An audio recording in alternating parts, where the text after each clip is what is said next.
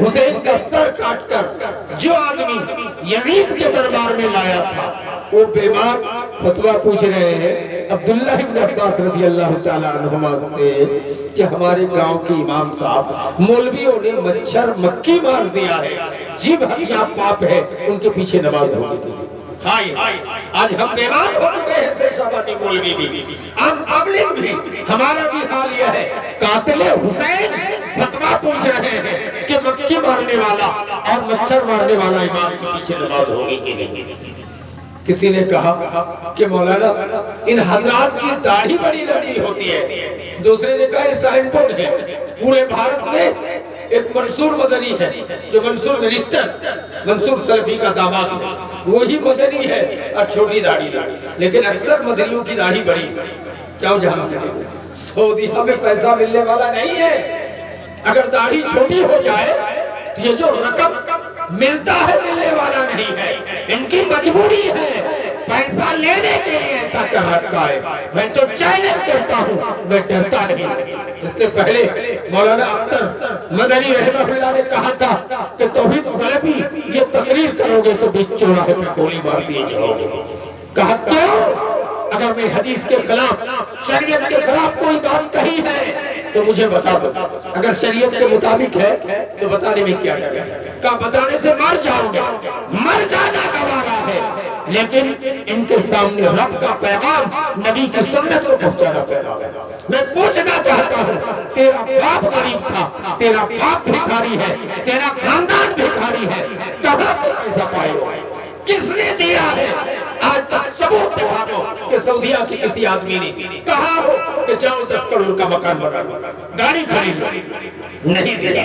پیسہ دیا ہے ان کے نام پر بیوہ ران یتیم کی شادی کرا دو، پیسہ دیا ان کے نام پر غریب کے گھر میں ٹیول ہلا دو، پیسہ دیا ان کے نام پر اللہ کی گھر مسجد کا سنگ مرتبہ بنا دو، پیسہ دیا ان کے نام پر اناث کے نام پر بیوہ کے نام پر۔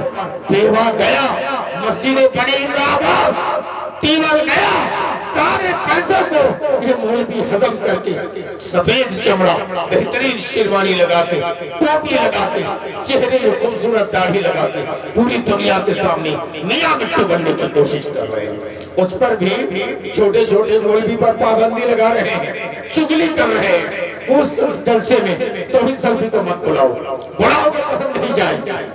کل چگلی بازار کے جلسے میں 3 مولوی واپس بھاگے کہ کیا منیر الدین کو بلائے ہو، یہ سرکس کا جانور ہے، یہاں ہم لوگ نہیں شریک ہوں گے۔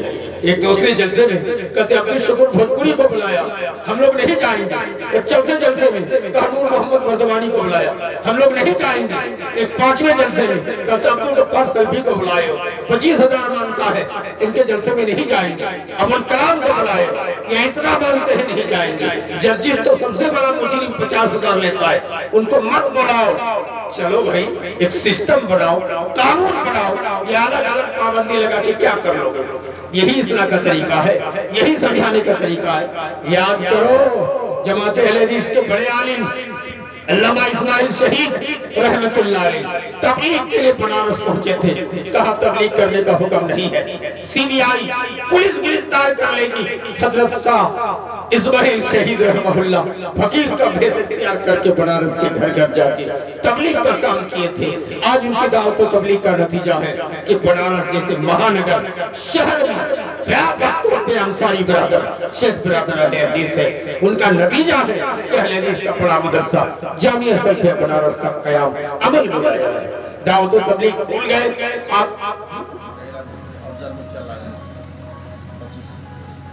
ماشاءاللہ افضل مکھیا نے 2500 روپیہ دیا ہے۔ اللہ اس کو 25 لاکھ سمجھ کے قبول فرما، اللہ جس مقصد میں دیا ہے مقصد کو پورا فرما، اللہ تو ان کو کروڑ کروڑ جنت نصیب فرما، اللہ ان کے آبادات میں کوئی دنیا سے جا چکے ہیں تو ان کے قبر کو کشادہ کر دے، اللہ تو حکم الحاکمین ہے، اللہ ان کی روزی روٹی میں برکت دے، اللہ ان کے کاروبار میں برکت دے، اللہ ان کو حضرت عثمانی غنی کی طرح سچا پکا ایماندار اور مالدار بنا۔ میرے بھائی میں کہہ رہا تھا کہ شاہ اسماعیل شہید کس طرح دعوت و تبلیغ کا کام کیا۔ اکبر ساسانی دلی لال قلعہ میں بیٹھے ہیں، سب بدعتی حضرات شکایت لے کے آئے کہ شاہی خاندان کا مولانا اسماعیل بیٹھے تھے، ہم لوگ نبی کا بال لے کے جا رہے ہیں، موئے مبارک نبی کا بال، لیکن سب لوگوں نے کھڑے ہو کے چوما، لیکن اسماعیل شہید یہ وہابی مولوی ہے یہ نہیں چوما۔ اکبر ساسانی نے کہا اسماعیل جلدی میرے دربار میں آؤ۔ اسماعیل شہید رحمہ اللہ نے جواب لکھ کے بھیجا کہ اکبر صاحب آپ کے دربار میں جو بھی جاتا ہے، اکبر ساسانی تھی تو سب جھک کے سلام کرتا ہے، یعنی رکوع سجدہ نہیں رکوع کرتا ہے۔ میں آپ کے دربار میں اس شرط پہ آؤں گا کہ میں آپ کو رکوع نہیں کروں گا، صرف السلام علیکم کہہ کے مصافحہ کر کے بیٹھ جاؤں گا، اگر شرط منظور ہے تب میں آؤں گا۔ کا شرط منظور، اکبر ساسانی کے دربار میں لال قلعہ گئے، مولانا اسماعیل شہید نے بھی تقریر کی، سمجھایا تو جھرجھر رونے لگے، آنکھوں سے آنسو۔ کہا کہ آج تک کسی مولوی نے ہم یہ بات نہیں سمجھا کہ کسی ویکتی کو اللہ کے علاوہ رکوع کروانا جائز نہیں ہے۔ سارے بڑے بڑے مولوی بھی ہم کو رکوع کر کے جاتے تھے، لیکن اسماعیل صاحب کی تبلیغ میں ہمارا دماغ کا دریچہ کھول دیا۔ میرے بھائیوں، دوستوں، بزرگوں، یہ جماعت اہل حدیث کے بڑے بڑے علماء کی تبلیغ ہے۔ گھوڑا گھر امام احمد بن حنبل رحمہ اللہ کو قرآن مخلوق کا مسئلہ لے کر کے پیٹھ پر کوڑے لگائے گئے۔ کوڑے کے بارے مشہور ہے کہ اگر ہاتھی کو بھی لگایا جاتا تو ہاتھی چنگھاڑ اٹھتا، لیکن ایک امام، ایک مولانا علامہ نے زندگی بھر ایک مدت تک کوڑے برسائے گئے قرآن کو مخلوق نہ ماننے کی وجہ سے۔ میرے بھائی یہ کون تھے؟ یہ بڑے بڑے جماعت کے امام تھے، بڑے بڑے مولانا لوگ تھے، بڑے بڑے بزرگان دین تھے، جس نے اپنے خون سے اپنی روح سے اس دین کو مسلک اہل حدیث کو سینچا تھا، اسلام کا ترویج کیا تھا، اسلام کو پھیلایا تھا۔